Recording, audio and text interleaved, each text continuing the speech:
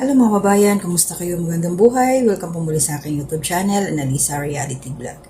Panibagong reaksyon, sariling opinion po ang aking ilalahad ngayon. Pero bago ang lahat ay maraming salamat po sa mga bagong pasok, new subscribers, sa aking mga munting kubo. Salamat po sa suporta ninyo. To my silent viewers, yung mga nagla-like, nagko-comment at nagsishare, thank you so much din po.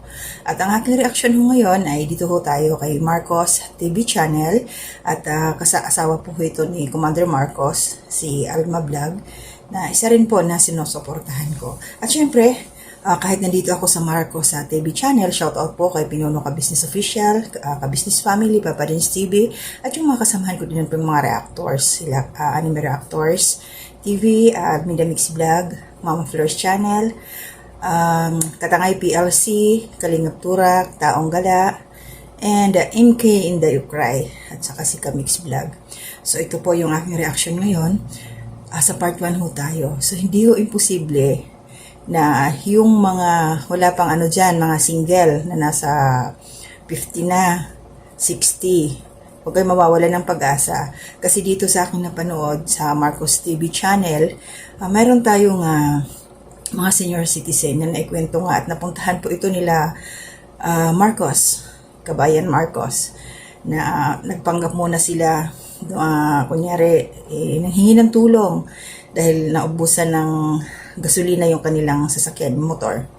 At na ano dito, na patunayan dito ni Marcos na mabait yung si nanay at saka si Tatay Pedreto. So yung pangalan pala ng nanay is si Nanay Maria Fe, at saka yung mister po niya ay si Tatay Pedrito. Wala po silang anak. Pero ito ho yung kwento. Yun yung sabi ko kanina, huwag mag-alala yung mga hindi pa nakakapag-asawa dyan dahil may pag-asa pa kayo. Kasi ito po si Nanay Maria Fe, dito sa part 1, ay kwento nga niya na dati pala siyang pumasok siya sa pagkamadre. Yun ang naikwento niya. Tapos, ito si tatay, yung napangasawa niya ay dating mangingisda. Ayun nga, lumabas na siya sa kumbento, 5 years siya doon. Tapos, nag-meet sila, nagkita sila ni tatay.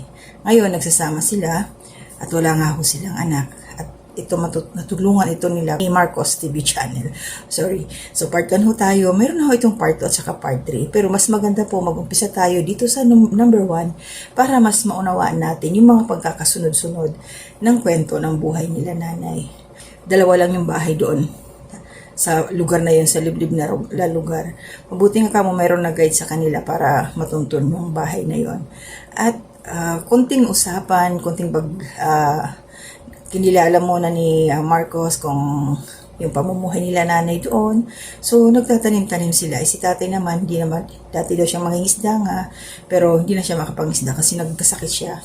Pinakita yung braso niya, nubipis na wala na naman, parang na siya, napasma sa dagat, sa pangingisda niya. Kaya nagtatanim sila. Pero syempre yung panahon ngayon na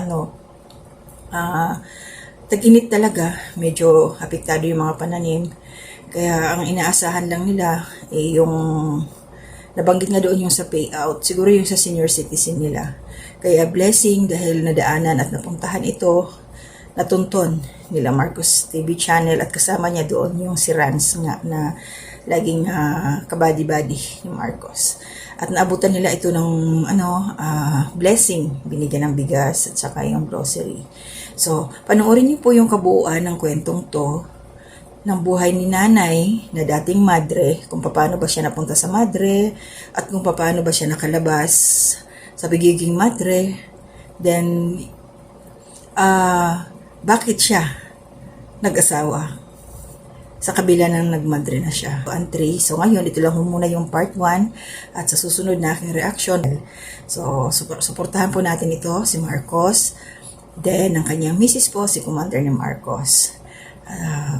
Para na rin po kila nanay, kasi ayun niya kay Marcos, meron din siyang plano para matulungan ang 2 senior natin.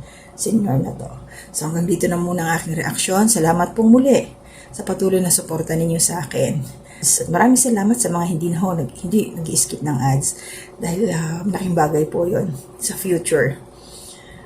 So maraming salamat po. Mag-iingat tayong lahat. Gabayan tayo ni Lord. To God be the glory.